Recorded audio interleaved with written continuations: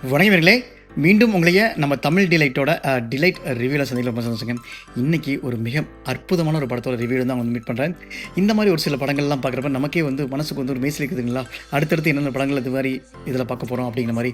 So அதில் ஒரு படம் தான் காந்தாரா சாப்டர் 1ங்க. அதாவது 3 இயர்ஸ் பேக் வந்து இதே டைமில் காந்தாரான்னு சொல்லி ஒரு படம் வந்து ரிலீஸ் ஆகிருந்தது. ரிலீஸ் ஆகிட்டு வந்து அப்படியே ஸ்லோ ஸ்லீப்பர் ஹிட் மாதிரி ஆகி லாஸ்ட்டாக அதை வந்து கிட்டத்தட்ட பம்பர் ஹிட், கிட்டத்தட்ட ஒரு 5-6 கோடி பட்ஜெட்டில் எடுத்துகிட்டு ஒரு அப்ராக்சிமேட்லி ஒரு 350 to 400 crores வரைக்கும் அந்த படம் வந்து ரீச் ஆச்சு. ஸோ அந்த வெற்றியின் தாக்கத்தினால ப்ரொடியூசர் ஹோம்பலே ஃபிலிம்ஸ் வந்து ரிஷப் ஷெட்டி சொல்லி காந்தாராவோட ப்ரீக்வல் எடுக்க ட்ரை பண்ணாங்க. ஸோ அதில் வந்து சக்ஸஸ்ஃபுல்லாக ஆயிருக்கான்னு தான் நான் சொல்லணும். ஸோ ஏன்னா எல்லாருமே வந்து ஒரு படத்தோட ப்ரீக்வலோ இல்லை சீக்வலோ பார்ட் 1 பார்ட் 2 இல்லை பார்ட் 3 மீன்ஸ் இந்த மாதிரி விஷயங்கள் போக என்ன ஆகும்னா அந்த படத்தோட ஆக்சுவல் அந்த ஃபஸ்ட்டு மூலக்கதை வந்து என்றைக்குமே வந்து வீக் ஆயிரும். ஆனால் இதில் டைரக்டர் வந்து ரிஷப் ஷெட்டியும் சரி, ஆக்டர் ரிஷப் ஷெட்டியும் சரி, அந்த படக்குழுவும் சரி ரொம்பவே வினக்கிட்டுருக்காங்க.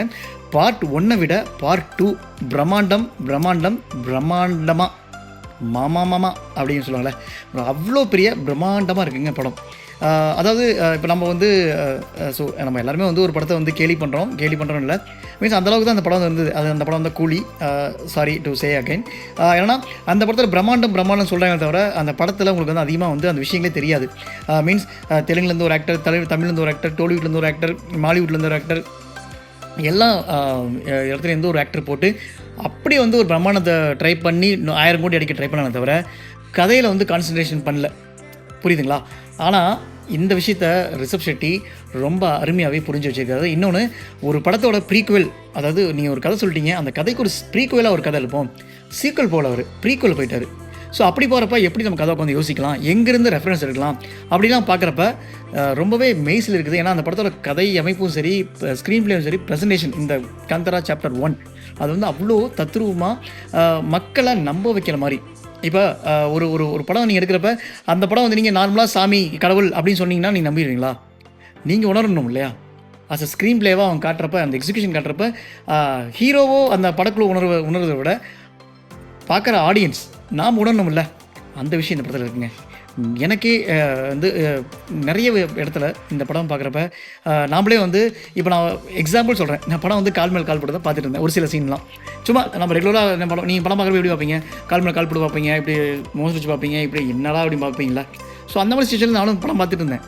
பட் ஆனால் ஒரு சில அந்த தெய்வ அம்சங்கள், அந்த விஷயங்கள்லாம் காட்டுறப்ப நமக்கே வந்து அந்த கால் வந்து கீழே போடணும், கொஞ்சம் வந்து வணக்க வைக்கணும் இல்லை, இந்த சாஷ்டாங்கமாக நமக்கே வந்து அதை வந்து வணங்கணுங்கிற மாதிரி ஒரு மனசுக்குள்ள ஒரு விஷயம் வரும்ல, அப்படியான விஷயங்கள் இந்த படத்தில் நிறைய விஷயங்கள் இருக்குது.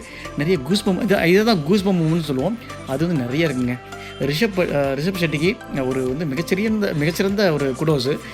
ஏன்னா இந்த படத்தோட மேக்கிங்கில் ரொம்பவே வந்து அவரும் சரி, அவரோட டீமும் சரி ரொம்பவே வந்து கஷ்டப்பட்டுருக்காங்க, மெனக்கட்டுருக்காங்க. ஈவன் தோ இந்த படம் பண்ணிகிட்டு இருக்கப்பயே வந்து ஒரு 3-4 பேர் டெக்னீஷியன் அவுட் ஆனாங்க, படம் ரிலீஸ் ஆகாமலாம் நிறைய விஷயங்கள் போயிட்டு இருந்தது. ஆனால் அவ்வளோ கஷ்டத்துலையும் எல்லா விஷயங்களும் முடித்து படத்தை வந்து ரொம்ப சூப்பராக டெலிவரி நமக்கு பண்ணியிருக்காங்க. படம் பார்க்குறப்ப நான் எவ்வளோ சந்தோஷப்பட்டேங்கிறத இப்போ நான் பேசுகிற விதத்தை வச்சு நீங்கள் கண்டுபிடிச்சிக்கலாம். கண்டிப்பாக எனக்கு தெரிஞ்சு இப்படி ஒரு சினிமேட்டிக் எக்ஸ்பீரியன்ஸ் நீங்கள் வந்து மிஸ் பண்ணக்கூடாதுன்னு தான் நான் சொல்லுவேன். இப்போ நீங்கள் காந்தாரா ஃபஸ்ட் பார்ட், அதாவது சாப்டர் 1 விட்டுருங்க, முன்னாடி 3 இயர்ஸ் பேக் ரிலீஸ் ஆன காந்தாராக்கும் இதுக்கு என்னப்பா உனக்கு நீ என்னப்பா சொல்ல வர அப்படின்னா, அதில் பார்த்தீங்கன்னா லாஸ்ட் ஒரு 30 மினிட்ஸில் வந்து ஒரு மாஸ் எலிமெண்ட்ஸ், மாஸ் மூமெண்ட்ஸ் இருக்கும். மாஸ் மூமெண்ட்ஸ்னால் அந்த சாமி வர்றது, இந்த விஷயங்கள்லாம் நிறைய விஷயங்கள்லாம் அப்போ வரும். இந்த படத்தில் உங்களுக்கு ஃபஸ்ட்டு இன்ட்ரொடக்ஷன்லேயே ஒரு சூப்பரான விஷயம் இருக்கும். தயவுசெய்து படம் வந்து ஃபஸ்ட்லேருந்து பார்க்க ட்ரை பண்ணுங்கள். அப்போ தான் உங்களுக்கு வந்து எக்ஸாக்ட் கதை நரேஷன் உங்களுக்கு வந்து புரிய ஆரம்பிக்கும். ஸோ அதிலே ஒரு விஷயம் காட்டுவாங்க. அடுத்து 2வது உங்களுக்கு வந்து அந்த மீன்ஸ் அங்கேருந்து அப்படியே உங்களுக்கு அங்கே ஒரு சீனு, ப்ரீ இன்ட்ரோவல், ப்ரீ பிளாக்கு, நிறைய விஷயங்கள், நிறைய இடத்துல அந்த உணர்வு, தெய்வ அம்சமான ஒரு உணர்வு உங்களுக்குள்ளேயே வர மாதிரி படத்தில் வந்து அந்த ஸ்க்ரீன் பிளேயும் சரி, எக்ஸிக்யூஷன் சரி அந்த அளவுக்கு சூப்பராக இருக்குங்க. இது ஒரு விஷயம். இன்னொன்று, இந்த படத்தில் எனக்கு பிடிச்ச விஷயம் என்னென்னா, அவரோட திரைக்கதை அமைப்பில் வந்து ஒரு விஷயம் பண்ணிப்பார்.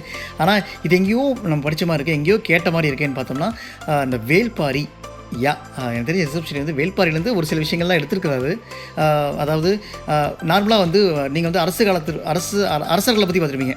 அரசன்னா யார், அவன் வந்து எப்படி வந்து மக்களுக்கு சொல்லிக் கொடுப்பான விஷயம்லாம் பார்த்துருப்பீங்க. ஆனால் அரசர்களுக்கு முன்னாடி ஒருத்தர் வந்திருப்பான். அவன் யாருன்னா ஒரு குடியோட தலைவன். மீன்ஸ் இந்த மூத்த குடி, இளைய குடி அதெல்லாம் சொல்லுவாங்களா, அந்த மாதிரி ஒரு குடி இருக்குது. அந்த குடியோட தலைவன் அவன் வந்து ஃபர்ஸ்ட் ஆஃப் ஆல் இந்த அரசர்னால் யார், இந்த அரசர் காலத்திலலாம் என்ன மாதிரி இருக்குன்னு சொல்லி பார்க்க ஆரம்பிக்கிறாரு. அந்த இது பார்த்ததுக்கப்புறம் நம்ம மக்களுக்கு இந்த இந்த இந்த முறையெல்லாம் கொண்டு வரணும் அப்படின்னு சொல்லிட்டு இந்த பண்டமாற்று முறைகள்லாம் இதெல்லாம் கற்றுக் கொடுப்பாரு. அதாவது ஒவ்வொரு விஷயங்களாக வந்து ஒரு ஒரு புது இடத்துலேருந்து பார்த்துட்டு நம்ம இருக்க மக்களுக்கு கற்றுக் கொடுத்து அவங்கள வந்து மேம்படுத்ததுக்கப்புறம் தான் மீன்ஸ் அந்த அந்த ஒரு குழமையே வந்து பெருசாகவும் சொல்லுவாங்கள்ல, அந்த மாதிரி விஷயங்கள் இந்த படத்தில் பண்ணியிருப்பார். அதுக்கும் இதுக்கு என்ன டிஃப்ரென்ஸ்னால், லைக் வேல்பாரியில் என்ன பண்ணுவாங்கன்னா, இந்த மாதிரி ஒரு குடித்தலைவனை வந்து இன்னொரு இடத்துல ஒரு ஒரு ஒரு அரச காலத்தில் பார்த்து அங்கே வந்து ஒரு அங்கே ஒரு பெண்ணையும் பார்த்து காதலில் விழுந்து 2 பேரும் கல்யாணம் பண்ணுவாங்க. இதில் கொஞ்சம் ஒரு ட்விஸ்ட் இருக்குது. அதே மாதிரி தான் போகும். அந்த அரசவை தலைவையில் இதில் வந்து அரசவையில் வந்து வில்லனாக இருந்தாலும் அங்கே இருக்கிற ஒரு அவங்களோட சிஸ்டர், அவங்களோட பொண்ணு வந்து நம்ம ஹீரோ மேலே காதலை வைப்படுற மாதிரி காட்டுவாங்க. சீனரிஸ்லாம் போகும். ஆல்மோஸ்ட் கல்யாணம் மாதிரி தான் போகிற மாதிரி தான் இருக்கும் நீங்கள் ஸ்க்ரீன் மேலே பார்க்குறப்ப. பட் ஆனால் அங்கே ஒரு ட்விஸ்ட் வச்சுருப்பாங்க, பெரிய ட்விஸ்ட்டு. நான் அதை ரிவீல் பண்ண விரும்பல, நீங்கள் படமாக பாருங்கள். ஸோ இதாங்க இந்த மாதிரி ஒரு சில அமைப்புகள்லாம் வந்து கொஞ்சம் டிஃப்ரெண்டாக இருந்தது நரேஷனில். லைக் நீங்கள் இதுக்கெல்லாம் வந்து மூணாவது படம் இந்த மாதிரி ஒரு விஷயங்கள்லாம் எடுக்கலாம், இதெல்லாம் எடுத்தால் மக்கள் நம்புவாங்க, இதெல்லாம் காட்டினா மக்களுக்கு வந்து பிடிக்கும் அப்படின்னு சொல்ல வந்தது. இனிஷியலாக சொன்னது ராஜமௌலி அவரோட பாகுபலி ஸ்டைலில். பட் ஆனால் பாகுபலிக்கு இதுக்கு நிறைய டிஃப்ரென்ஸ் இருக்குன்னு வச்சுங்க. பட் ஸ்டில் இந்த மாதிரி ஒரு விஷயங்கள் பண்ணால் அது மக்களுக்கு ரீச் ஆகும், சக்ஸஸ் ஆகும், நம்ம பாக்ஸஸ் அடிக்கலாங்கிற விஷயங்களை ராஜமௌலி கற்றுக் கொடுத்துருக்காரு. அதை பேஸ் பண்ணி அப்படியே ரிசர்ச் செட்டியும் கொண்டு வந்து அதில் தெய்வ அம்சம் விஷயங்கள்லாம் கொண்டு வந்து மக்களுக்கு ரொம்ப சூப்பராக வந்து ப்ரெசென்ட் பண்ணியிருக்காங்க. இதில் இன்னொரு விஷயம், அந்த விஎஃப்எக்ஸும் சரி, அந்த திரைக்கதை அமைப்பு, ஒளிப்பதிவு, ஒளி கலவை எல்லாமேங்க அவ்வளோ சூப்பராக இருந்தது. இதில் நான் முக்கியமாக வந்து இந்த படத்தோட மியூசிக் டைரக்டர், பிஜிஎம் சாங்ஸ் அஜினித் லோகேஷ்னு சொல்லிட்டு அவர் ஆல்ரெடி நிறைய படம் கன்னடத்தில் பண்ணியிருக்காரு. ஆனால் தமிழில் சொற்பமாக தான் பண்ணியிருக்காரு. எனக்கு தெரிஞ்சு இதுக்கப்புறம் தமிழில் தெலுங்கில் அவருக்கு வந்து தெலுங்குலேயும் ஒரு சில படங்கள்லாம் பண்ணியிருக்காரு. பட் ஸ்டில் இதுக்கப்புறம் இந்த படத்துக்கு அப்புறம் மீன்ஸ் இந்த சாப்டர் 1க்கு அப்புறம் அவருக்கு இன்னும் நிறைய படங்கள் கிடைக்கும். கண்டிப்பாக அவர் வந்து சும்மா அடிச்சு துவம்சம் பண்ணுவாருங்க. சாங்ஸும் சரி, பிஜிஎம் சரி. நீங்கள் அந்த பிஜிஎம் கேட்குறப்பயே வந்து அந்த அந்த ஒரு டிவைன் கார்னேஜ், அந்த டிவைனோட அந்த விஷயத்தை நீங்களும் உணர்வீங்க. உங்களுக்கும் வந்து அந்த மெய்சில் போட்டுன்னு சொல்லுவாங்களே, அந்த மாதிரி விஷயங்கள் மியூசிக் மூலிமா வந்து கொடுத்துருப்பாரு.